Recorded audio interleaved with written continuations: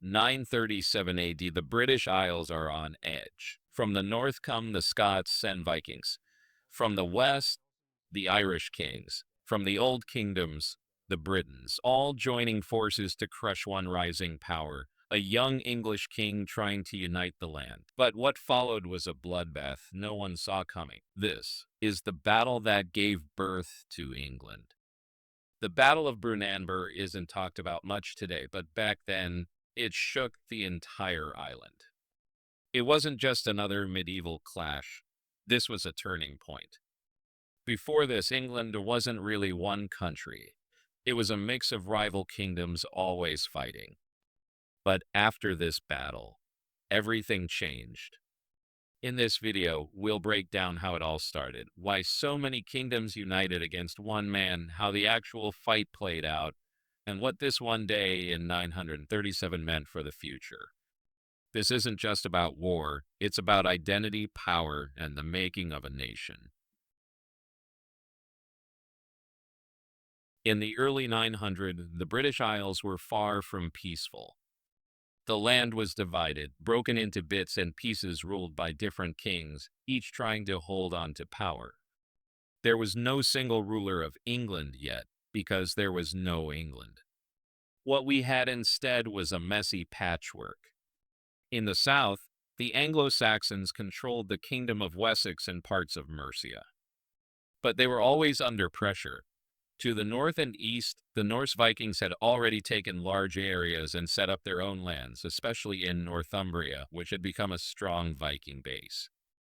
Further north, the Kingdom of Alba was forming under the Scots, who were beginning to unite the Picts and other northern tribes.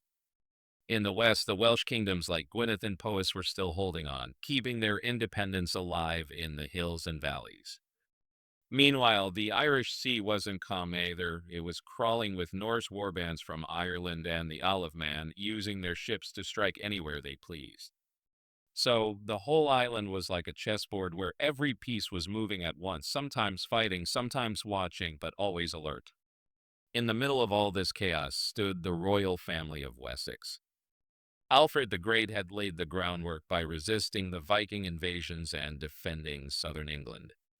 His son Edward the Elder kept building on that, slowly expanding Saxon control beyond Wessex and Mercia.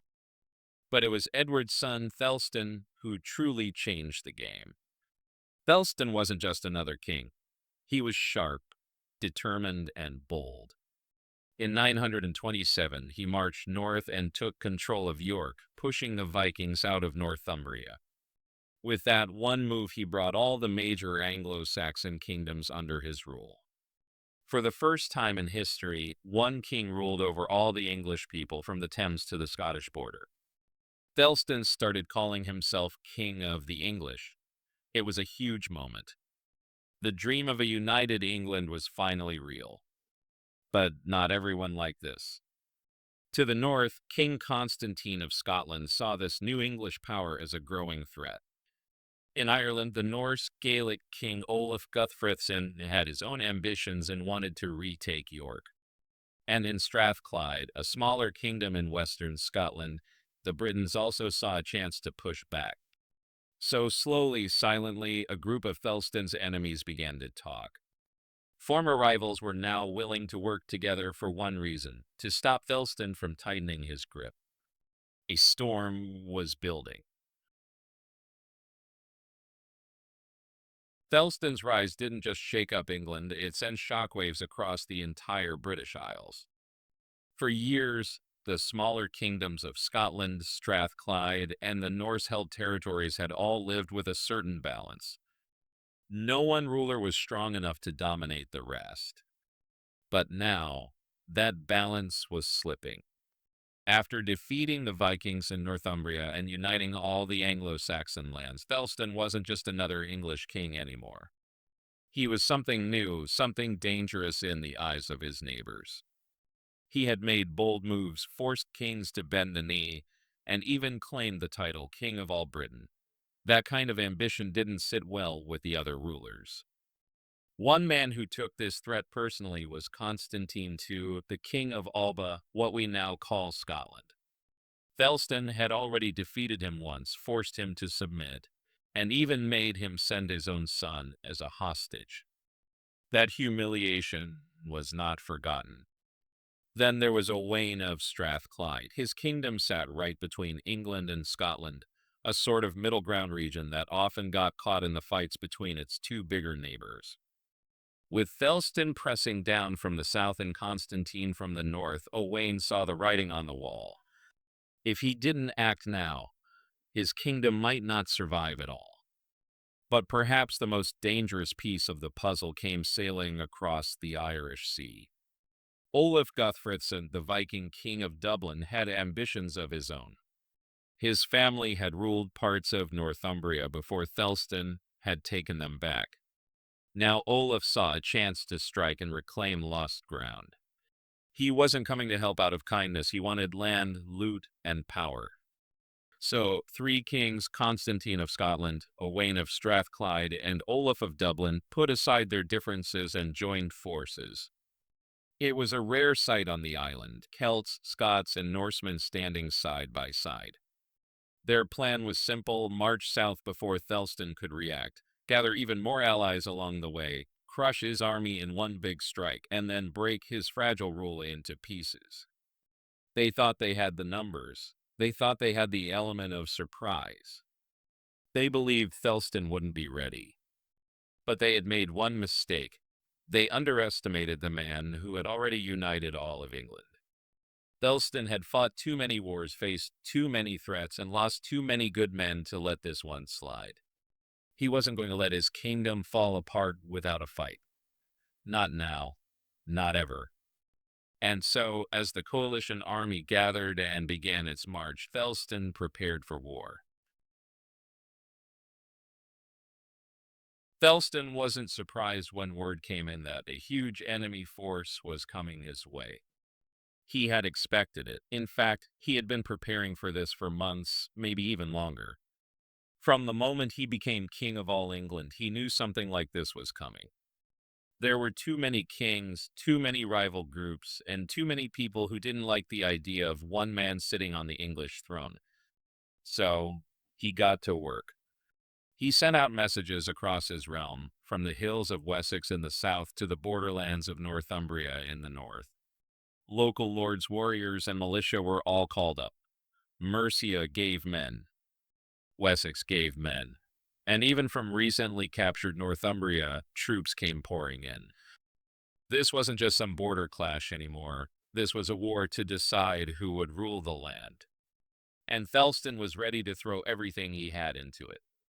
His army was no joke. Thousands of infantry lined up under banners of their home regions. Archers, spearmen, sword fighters, all mixed together, grouped by loyalties and family ties. There were also elite troops, well-armored warriors handpicked by Æthelstan himself. This was the biggest army an English king had ever pulled together. It wasn't just a show of force. It was a message: come if you dare. Now let's talk about the other side, the coalition led by Olaf Guthfrithson. Olaf had sailed over from Dublin with a huge Viking fleet. His warriors were seasoned. These weren't farmers holding swords, they were raiders and fighters who had spilled blood on shores from Ireland to Francia. Some were Norse-Irish, born from the Viking settlements that had taken root in Ireland over the past generations. Others were classic sea raiders, tough, fearless, and used to hard battles. And Olaf wasn't alone. He had two more kings on his side, King Constantine II of Scotland and King Owain of Strathclyde. Constantine brought his Highland warriors, clansmen who knew how to fight in rough country and didn't fear death. Owain's men were from the old Brittonic world, hard, quiet fighters who carried ancient grudges against the Anglo-Saxons. Together, their alliance was more than just a mix of armies. It was a mix of cultures, beliefs, and battle styles. These weren't just three kingdoms joining hands. This was a combined force made to crush the dream of one united England. And as for the location, well, nobody knows the exact spot where these two massive armies clashed. Historians still debate it to this day. Was it in Yorkshire? Maybe further west near the Mersey? We don't know for sure. But one thing is clear, somewhere in the northern heart of England, where roads met rivers and hills gave way to flatlands, two huge armies prepared for the fight of their lives. The land was quiet, but not for long. A storm was coming, and once it started, nothing would be the same again. The sun had barely climbed above the horizon when both armies took their positions. The sky was overcast, and the wind was cold, but the tension on the battlefield was boiling. Æthelstan's men stood ready. He had placed his best fighters right at the front, men of Wessex, Mercia, and Northumbria. Their shields were locked tight, shoulder to shoulder, creating a solid wall of wood and steel. Behind them, archers stood in rows with arrows nocked and ready. Each man knew what was at stake. This wasn't just another fight, it was a battle for the soul of England. Then came the roar from the other side. Olaf Guthfrithson's warriors surged forward, Norse-Irish raiders from Dublin, fierce Scots from Constantine's army, wild warbands from Strathclyde, all moving together in a wave of fury. The Viking-led alliance came down from the high ground, yelling war cries that echoed through the hills. They slammed into Æthelstan's shield wall with full force. What followed was pure chaos. Spears snapped, axes swung through helmets, shields cracked. The line shook under the pressure, but it didn't collapse. The ground was quickly soaked with blood and churned into mud by the stomping feet of hundreds of warriors. Every inch of land was fought for. No one held back. This was not a clean or organized clash. It was a brutal grind, man against man, weapon against flesh. Æthelstan wasn't watching from behind. He was in the thick of it, sword in hand, fighting right beside his men.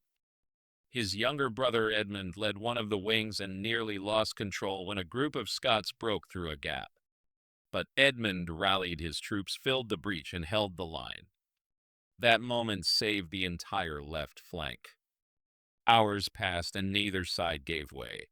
But slowly the English began to push forward. Their discipline, their shield wall, and their commander's presence on the field were making the difference. The Allied army began to tire. They had come from far-off lands, and now they were stuck in this grinding melee with no space to breathe, no room to pull back. The turning point came when Olaf's elite troops tried to punch through the center but ended up trapped. Æthelstan saw the opportunity and ordered a surrounding move. His forces closed in from all sides, cutting off the best of the enemy from retreat.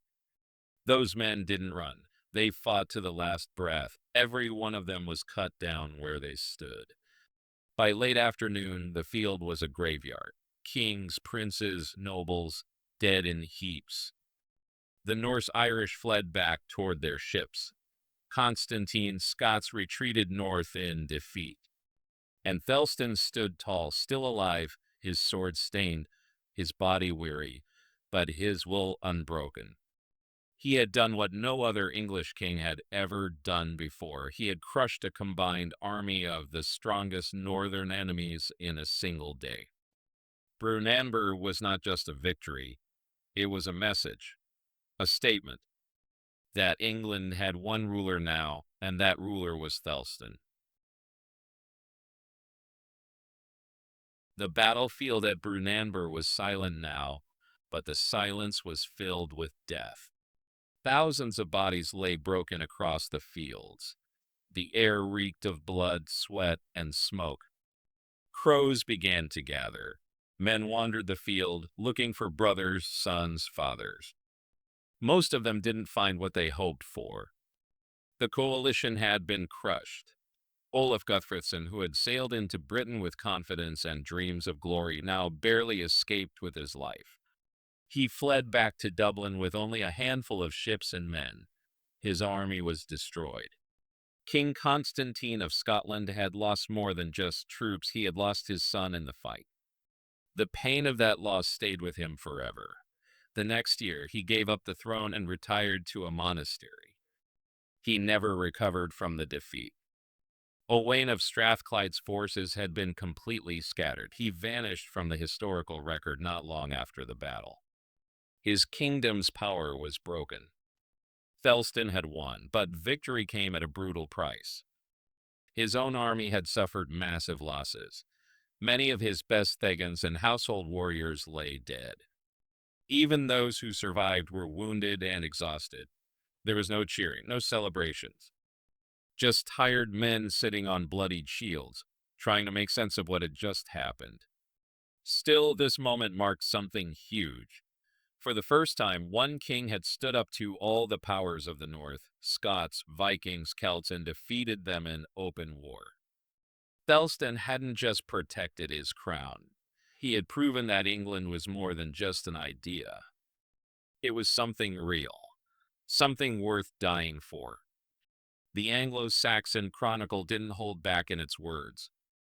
It called Brunanburh a great slaughter, one not seen in generations. A poem written shortly after the battle praised Æthelstan and his young brother Edmund for standing firm while others fled. They had earned their place in the line of kings.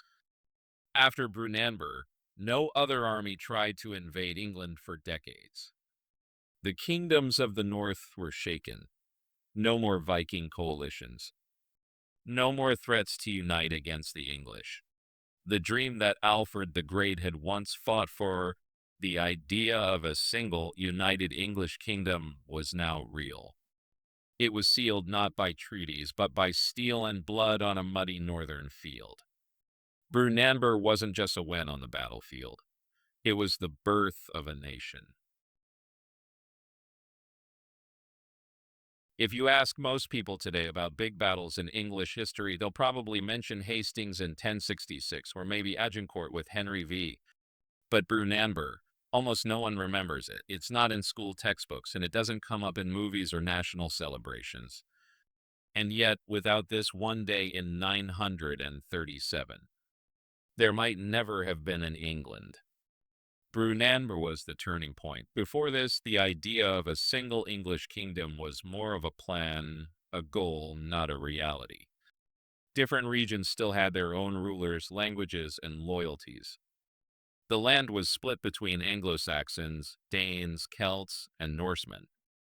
Everyone had their own interests. No one really believed it could all be brought together. But after this battle, that changed. Æthelstan's victory wasn't just military, it was symbolic. It proved that the English kingdoms could stand united against outside threats. It showed that a single crown could hold together all of Mercia, Wessex, Northumbria, and more. It told the world that the English were no longer a scattered mix of tribes and small kingdoms. They were now one. Historians today call Æthelstan the first true king of all England. Not just because he wore a crown, but because after Brunanburh there were no more serious rivals to that crown. No more major invasions from Ireland or Scotland. No big coalitions trying to tear the country apart. His rule held, and that mattered. He ruled for nearly another decade after Brunanburh, and during those years, he strengthened laws, built alliances across Europe, and continued shaping the country that we now recognize as England. But all of that was possible because of what happened that day on the battlefield. Brunanburh was the real starting point.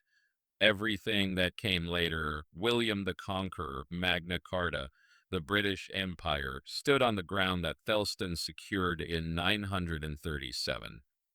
It was the foundation, but over time it got buried under newer stories. And maybe that's why this battle feels forgotten. Because it succeeded so well, people forgot there was ever a moment when it could have gone the other way. If you like real stories like this, about battles that changed history but most people don't even know about, then don't forget to subscribe to the channel. And make sure to check out the next episode. There's a lot more coming.